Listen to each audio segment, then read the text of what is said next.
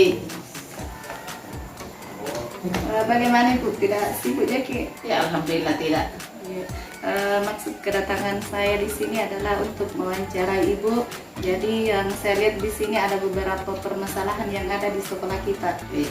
Kalau Ibu sudah bersiap untuk diwawancarai, ada beberapa pertanyaan yang saya ajukan. Ya, silakan.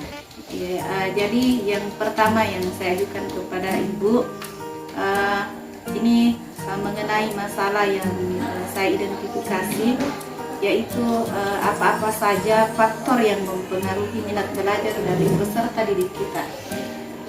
Jadi faktor yang mempengaruhi belajar peserta didik itu pertama mungkin adalah sarana, karena sarana yang ada di sekolah ini mungkin masih kurang, sehingga mungkin anak-anak butuh yang lebih bagus lagi dan lebih fokus ke setiap mata pelajaran. Kemudian kedua, mungkin karena penggunaan media pembelajaran yang dilakukan oleh guru itu kurang pas sesuai dengan materi yang diberikan. Ini dari minat belajarnya anak secara umum, tapi kalau kita lihat bagaimana kalau minat bacanya anak yang ada di sekolah? Saya lihat minat baca juga, saya melihat juga agak kurang ya, karena saya melihat buku-buku di perpustakaan itu kayaknya tidak banyak tersentuh, terutama yang buku-buku yang selain buku pelajaran itu kayak kurang tersentuh, yang buku referensi maksud saya kurang dipelajari anak-anak. Yang dibaca itu hanya buku yang dipergunakan di dalam kelas.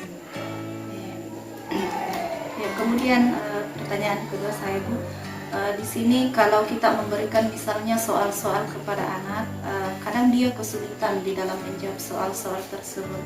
Menurut Ibu, apa yang membuat anak ini dia tidak bisa ataukah kurang memahami dalam menjawab soal-soal tersebut? Yang pertama mungkin karena anak-anak kurang mengerti tentang penjelasan yang diberikan oleh guru. Kemudian yang kedua tentang literatur mungkin yang masih terbatas. Ya, sehingga mungkin perlu diberikan juga sedikit kebebasan anak untuk mencari literatur di luar, terutama misalnya pada internet. Ya. Ini mungkin yang terakhir pertanyaan saya Bu. Kalau kita lihat di sini mengenai hubungan komunikasi antara guru dengan orang tua itu bisa dikatakan masih kurang. Ya, karena kenapa? Masih banyak peserta didik kita yang kadang dia tidak mengerjakan tugas.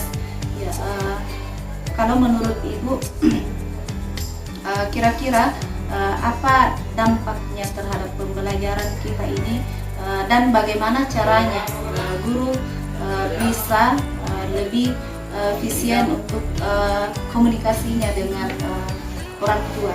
Ya, jadi yang pertama tadi dampak terhadap kegiatan belajar anak.